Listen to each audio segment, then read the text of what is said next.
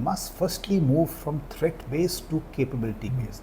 So when people say, sir, iska kya karoge? There is no immediate, maybe not immediate, at least I don't see any amphibious opportunities, but in the larger sense, if you are talking of saying the maritime theatre, beginning to have the capacities to project power within your economic envelope, within our, whatever our strategic outlook allows us to do, we must gradually invest in platforms which project power, because if you don't project power outwards, those threats will come to your doorstep.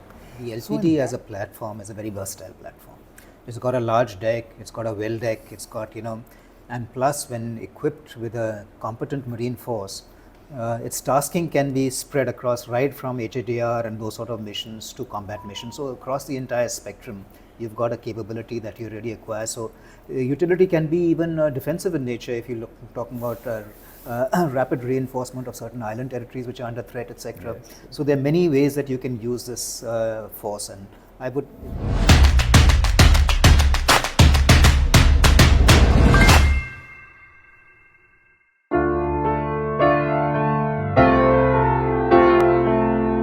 Good afternoon, everyone, and welcome to the next episode of Davilim Dialogues. I'm proud to have as my guest my old friend and coursemate Raj Shukla once again in this episode. And I thought this time we would discuss about expeditionary warfare. And I think it is contextual because it's been coming in the news over the last week that we are now in the market for 4 new LPDs, landing platform docks, which are essentially large flat tops ships in the order of maybe around 30,000 tons in displacement, which are designed to have a strong aviation component and also a landing dock, and designed to carry marines or like that, people like that in large numbers. The estimated cost of this program is going to be 80,000 crores, so it's a substantial big investment that is on the cards for us. So Raj, I thought let me start by asking you, in an Indian context, what do you think is the role of expeditionary warfare? So, Monty, this LPD bit you would know better. But if it is a way of, projecting power, I'm all for it. And I'll tell you in what sense. The Indian Army in the MO Directorate, the first mantra I was taught was that we are not expeditionary. 2 mantras, one and strategic autonomy. It was just as if it can't be questioned. So I am saying this here, that now what we are the 4th largest, 3rd largest economy, are we getting into the big league or not? If we are getting into the big league, then we have to look at it in a different way. So I'm not saying expeditionary in the American sense, that you're a global military power. I mean, by the way, one of the strangest ironies is Pakistan, with $1 trillion economy, is getting global in its military ambitions. 1 trillion? Not 1 trillion. Must be, No, in PPP terms, 1 point some trillion. PPP terms if you take. Yeah. But the fact is that now they are getting into Saudi Arabia and all that kind of nonsense. So not in that sense. But I am saying now that our economic flight allows us, our strategic stride must be enabled. So not in the American sense, but in an Indian sense. And therefore, what should we do? So I just want to spend 30 seconds on before I come to this LPD bit. So it is not a military to jackboot around the world, but a military with sophisticated, calibrated capacities to be applied in the Indian national interest. And there, as you, I think, argued in the last program, we must firstly move from threat-based to capability-based. So when people say, sir, iska kya karoge? There is no immediate, maybe not immediate, at least I don't see any amphibious opportunities, but in the larger sense, if you are talking of saying the maritime theatre, beginning to have the capacities to project power within your economic envelope, within our, whatever our strategic outlook allows us to do, we must gradually invest in platforms which project power, because if you don't project power outwards, those threats will come to your doorstep. So in that sense, if we are now talking of, a set of maritime platforms with air power, it is entirely welcome. So let me make one more thing. It is not merely in this LPD sense. You look at it in the terms of military diplomacy. How is it that Munir has a connect with Kuruvilla and our military has no connect? We should have a connect with both the CENTCOM and the IPACOM. When I was in the last year of my service, this whole thing came was discussed, and then in what did we settle for? A colonel here and a colonel there. The colonel will have no kind of heft. So this whole business of diplomacy, power, and the advantage with us is that we are under overweening political control. So where it is to be applied is a political decision. And if you don't grow those capacities, people keep asking, look at this, China is fully in South Asia. Do we have matching capacities? So in that sense, if you're talking of power projection, I think it's entirely welcome. Now, if it is purely amphibious focused, I'm not too sure. But as when we talk of this maritime theatre command, as you were discussing offline, you will need a body of land-based troops. Now, you call them whatever. It could be Marines, it could be an army-led enterprise, but the Navy does need a land-based component. You look at, I'm told the IPCOM has more army people than Navy people. So if you look at it in that joint sense, I think it's a very good idea. So let me interrupt you over there. When you come to this land-based component, finally these ships are designed primarily to carry aviation components and troops. Now let's first come to the troops part, and then we'll discuss the aviation part of it. So far, as you know, we have an expeditionary capability. We've got INS Jalashwa, which is an LPD that we acquired from the US several years back, old second-hand, and we've got a large number of LSTs and LCUs, etc. Now, in terms of troops, we've got, I would say, what might be quite a unique arrangement, because most countries don't operate that way, where while we have 2 amphibious brigades, one out of Port Blair and one, I think, or based in Trivandrum, the battalions that are there, which form part of these brigades, are rotational. As a result, not only are they rotational, they are also dual tasked. That apart from this, they have a secondary tasking which might be in another sector. This is a very complex way and an expensive way, I would say, of attempting to maintain an amphibious force, because firstly, what happens is that your training load goes up manifold, because every time you're training a fresh set of people, and because these periods are short, the competence that you acquire in carrying out this mission always tends to be limited. And because your competence, I would say, tends to be limited, your utility in that also gets impacted, because there's a certain, I would say at times, a lack of confidence, or lack of, no one has given adequate thought on the utility of that sort of a force. So in a way, it becomes a self-fulfilling prophecy that you have a force and you're not really being able to exploit it to its fullest. I think we have to drift away from that model and have a professionalized force, really, in the form of a Marine. Now, who owns that Marine? As you said, we can debate about that. But would you agree with that sort of a formulation? No, I see, it is less than wise. You just see, the moment Sindoor happens, the brigade, the Trivandrum brigade, would either have mobilized or be put on notice to mobilize to the Pakistani front. At the beginning of ops is unavailable to you. So it is absolutely, and secondly, you're right, you can't have a Madras battalion doing amphibious for 3 years and going to high order. They're not Salman Khan there, they have to be. So it has to be a marine force under the CDS, a joint head. The army's quarrel is what key. As it is, we are pilloried for being too large.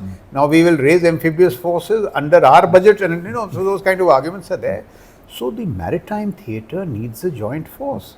They can be army personnel trained by the army, but permanently accredited, if that's the right word, or permanently orbited to the maritime theatre. But you do need a force. If it is not like, and see, the Marines don't, their only utility does not lie in amphibious operations. It is the way they are a little different in their way of the way they look at diplomacy, how they interact with militaries abroad. They are also used in counter-terror, all kinds of stuff. So it is just not amphibious. So I'm saying there should be a force for the maritime theatre, very distinct from the Western theatre and the Eastern theatre. So in fact, you're absolutely right that the LPD as a platform is a very versatile platform. It's got a large deck, it's got a well deck, it's got, and plus when equipped with a competent marine force, its tasking can be spread across right from HADR and those sort of missions to combat missions. So across the entire spectrum, you've got a capability that you really acquire. So utility can be even defensive in nature if you talking about rapid reinforcement of certain island territories which are under threat, etc. Yes. So there are many ways that you can use this force, and I would agree with you. It will be and particularly in force projection and in building influence. It's finally, it is all about influence. The old saying, which is that influence is something that is zero sum. If someone gains influence, someone has to lose influence. So this is a tool that helps you build that influence. Coming to the aviation component, I thought I just mentioned to you also. See, as we are moving more to unmanned, actually the LPD is well suited for drones. Yes. It may not have a catapult, and therefore you can have lesser equipped aircraft, multiple platforms, and going progressively unmanned, it gives you a lot more capability in that sense. So in my view, the LPD now should have a very strong drone component. So it should be LPDs, drones, and a marine kind of force. That would be the ideal way of going forward, and at far less cost, because these unmanned drones are far cheaper than. Yeah, and so is the platform. I mean, when you compare a 30,000 ton LPD with a 60,000 ton carrier, of course, there also there's a vast differential in cost. So it gives you that ability to sort of. So like in Ukraine, people say Ukraine has discovered a low aerial flank. The higher aerial flank is expensive, the low aerial flank is not. And Ukraine discovered it because they had no air force. So I think even in the maritime domain, and especially in the LPD framework, the drones are a good complement to take care of the air element. And we have to invest it in great ways, and also some kind of force to supplement it.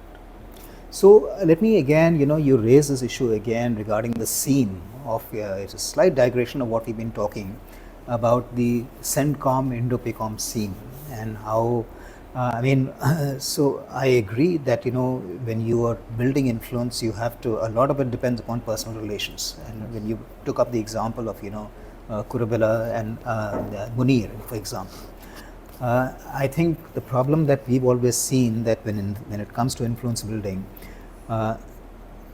Indo-PACOM has always viewed us through the prism of China. I mean, that is one of the issues, and our equity that we have in West Asia has never been taken into consideration for them because it is not in the AOR.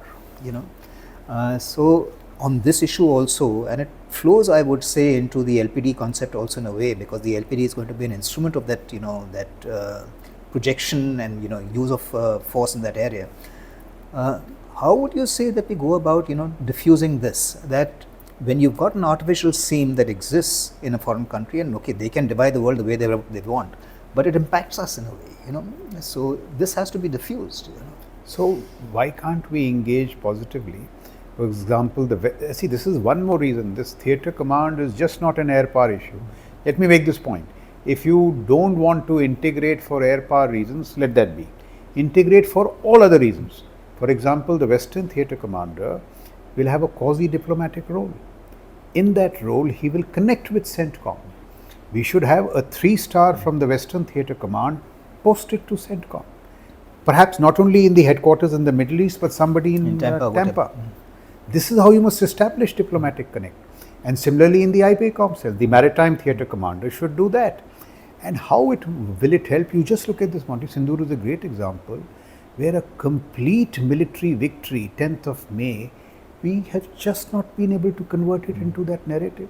And Munir, and if you go to Pak media, it is Munir, in those snaps that are coming out, Munir has that rapport with Rubio, Munir has that rapport with Vance, not Shehbaz. So the military is working for whatever reason. Yeah. Even Musharraf had a good rapport with Tommy Franks and all that. So many reasons our military has not been encouraged to do it, and so we are shy. But we must do it. I mean, now civilians are making this point. Raja Mohan makes this point that in Brussels, where you have NATO and you have EU, you don't have a DA. So military diplomacy, the influence of military diplomacy has to be understood. So if you have theatre commanders like this, they will naturally connect with Kuruvilla and the counterpart across this side, Pompeo, what is that guy name? Paparo. Yeah. So you have to be on, that relationship, first known terms. And the military, it really works, because military connects are over those drinks in the evening. I don't want to say all that stuff, but that it really makes an impact. And we are really losing it to the Pakis because we don't do it, and you must acknowledge it. And I'll repeat this point, I think I said it on your show last time also. I was in Washington when Munir was there, and Munir was not only launched by Trump, he was the toast of all think tanks. it is making an impact. And you just take it back. I remember years back I had gone to the IISS in London. There, a British brigadier was telling me that in J&K, we were the aggressor and Pakistan was the aggrieved. And it came out later that there were 6 colonels there selling these stories. And we, despite doing very good work on ground in J&K, never told our stories. Yeah, but I would tend to disagree slightly with you in this respect. I mean, Pakistan is a different story. Pakistan, the ultimate arbitrator of power is the army. And therefore, I think everyone in the world realizes it. And therefore, when you have to wine, dine and build relations with someone, people see that the primary instrument of power being the army, it is best to engage the army therefore. Not the case in India in that sense. So therefore, I think our role in this respect, while we are a major, I would say, contributor to diplomacy in that sense, but we have to be conscious of the fact that, that this is primarily a civilian agency, and we can assist them in whatever way that they want. Absolutely. So now that you're making this point, it's a nuanced argument. So in our case, the role of the political principle is not questioned at all. But the political principle has 2 tools: force and diplomacy. Diplomacy by the diplomats, force by the military. Both are under the political control. In our case, the diplomats do what they have to.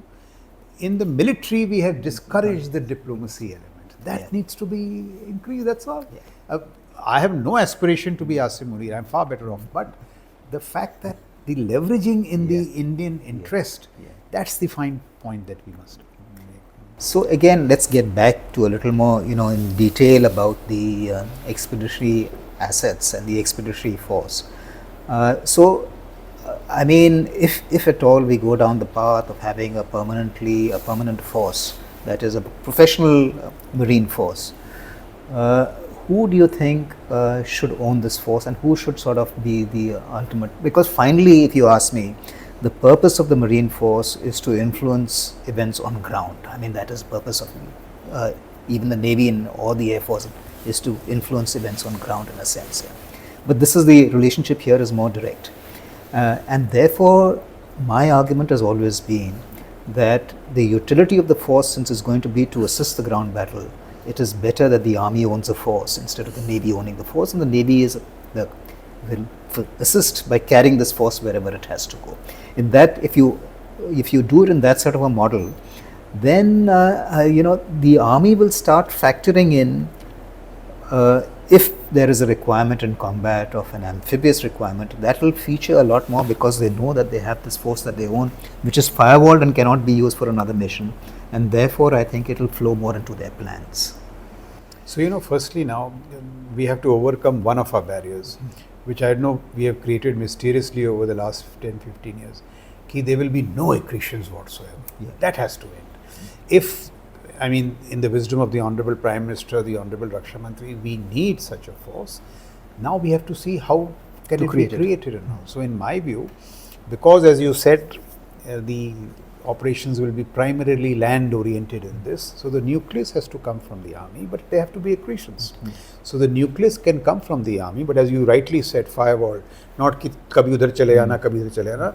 It has to be under the total command and control of the Navy, the Maritime Theatre Commander, and not like ANC. Abhi to maine ख्याल से ठीक कर दिया है that you can't even take disciplinary action and all that kind of nonsense. So it is an army nucleus which will be raised totally under the Navy, and at one time it will become a joint force, part of the Maritime Theatre Command. And of course, the utility of this force will. And is it also not time, Monty, for a few agencies to come directly under the CDS? For example, the Space Command, whatever shape it takes, the CDS has to push these, DG Stratcom. See, for too long, because the locus of operations has been in the army, today the ADGPI still drives the information cycles. It should now change from there to a DG Stratcom. Things like space and cyber should be under the CDS, propelled by him, and similarly this kind of force should be under the CDS. So I would think, it will depend on where you intend to use that force. If you're using it within the AOR of one of the theatre commanders, then I think I mean, okay, we say that the maritime theatre commander is administratively creates a force, but the utility of that force, once you've created it, should be given to the theatre commander who's employing the force. So if it's a Pakistan-based contingency, then of course the Western theatre commander does that, and the maritime theatre commander becomes a supporting commander in that respect. And but in our case, the way we are evolving our theatre commands, naval mission, even along the western horizons, will be under the maritime theatre commander and not the western theatre commander. Yeah, I mean that we can. I finally don't know what the final contours are going to be, but I mean, to me, it does create a seam if you do that. In an ideal situation, naval missions should have been, since when you see these two sort of contingencies or these two potential adversaries, for the West in Pakistan, actually the maritime theatre is integrated with the land theatre and the air theatre. You can make the argument in the northern contingency, the maritime theatre is distinct because of the geography that is involved. You share a common border. From a maritime standpoint, you're more than 4,000 miles apart. So therefore the maritime theatre becomes slightly distinct. So I think this is going to create a seam if you say that the maritime, there are two ways you can use a maritime force in a Western contingency. One is, of course, if you split the maritime force and you give the Western theatre commander his own maritime force, and therefore he can employ whatever is with him and can requisition more forces as he deems from the other to employ them. But essentially the planning, a full-fledged headquarters of a maritime component commander is all integrated as part of this course. The other is that you follow the supported and the supporting commander, where he becomes a supported commander and the maritime theatre becomes a supporting commander who supports him, but then you have the seam of a command in between. So I'm not too sure how this is finally going to evolve in the model that gets rolled out. So that is something that we'll have to wait and watch and see how it really plays out. Yeah, I know, but that is a very critical point. For example, the Arabian Sea Order, will it be under the maritime theatre commander or the Western theatre commander? I think it should be in the maritime theatre commander. Yeah, so Arabian Sea is a large space, but ideally I would say if you're looking at a Pakistan contingency, then the maritime forces to be used in the Pakistan contingency should be with the Western theatre commander. I mean, the Arabian Sea includes a lot of West Asia, the east coast of Africa, etc. So that is. But now, want to see with this. And going back to your point, regarding the Marine Force being under the CDS. So I would think if it is outside the AORs of any of these component commanders, then I think the CDS has to employ the force. So if we are talking about extra-regional, if we are talking about beyond the IOR, so to speak, that a force is going into, let's say, across Malacca on the other side, or it's going into maybe for an HADR mission, maybe for something else, then I think the center can exercise that control because it's beyond the AORs of the other forces. But otherwise, it should be, I think, one of the theatre commanders who should employ the force. Okay. So I think we've covered a fair bit of ground. Any closing thoughts you have on this, Raj? No, I mean, I'm saying, see, all these things which, these, shall I say, shibboleths of the past gradually need to be revisited, and expeditionary stuff is really one of them. It impacts military diplomacy. For example, space. Today, you should grow from a regional imprint to a global imprint, because space works that way. Cyber has no real theatres. You could be struck from anywhere. So many of these issues need to have a far wider look. So expeditionary in that sense also. I mean, it's not expeditionary, it's looking beyond your borders. And see, if you don't do it proactively, look at the chaos in Myanmar and Bangladesh, how it is impacting us. And if you don't change structurally and culturally, I presume the Eastern Army Commander will keep saying, "Ye to mera kaam hi nahi hai." I am supposed to look at the LAC, so it has to be done now. And I think the person to drive it has to be the Chief of Defence Staff. Yeah, and my closing thought is only that since we have already projected and we're going down this path of investing a great deal of resources into the ferrying component of the maritime force, because in the LPD program, then I think we should give equal attention to who's going to be ferried also, that is. And if I may make one last point, see, you go into history, 65, you would be aware, a JS signed an order saying that the Navy will not cross a certain longitude because anything apart from the Army was viewed as escalatory. And I think the chief then, forgetting his Admiral name, Somana. when he went to the Defence Ministry, he said, Defence Minister, he said, no, you will escalate. He took the matter to the Prime Minister, and the Prime Minister said, you may be right, but for now, these are the orders.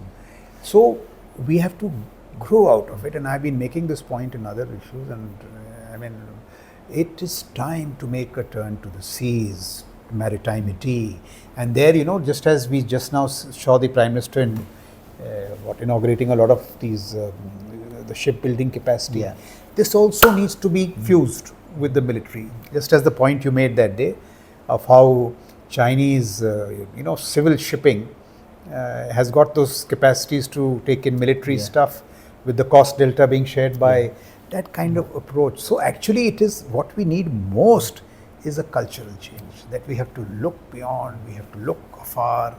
That itself will take a huge change to drive through the three services. It starts from that. So I think this podcast may be the beginning of the transformation. So thanks, Raj. Always a pleasure to talk to you, and look forward to many such conversations. Thanks a lot. Good luck. God bless. Thanks.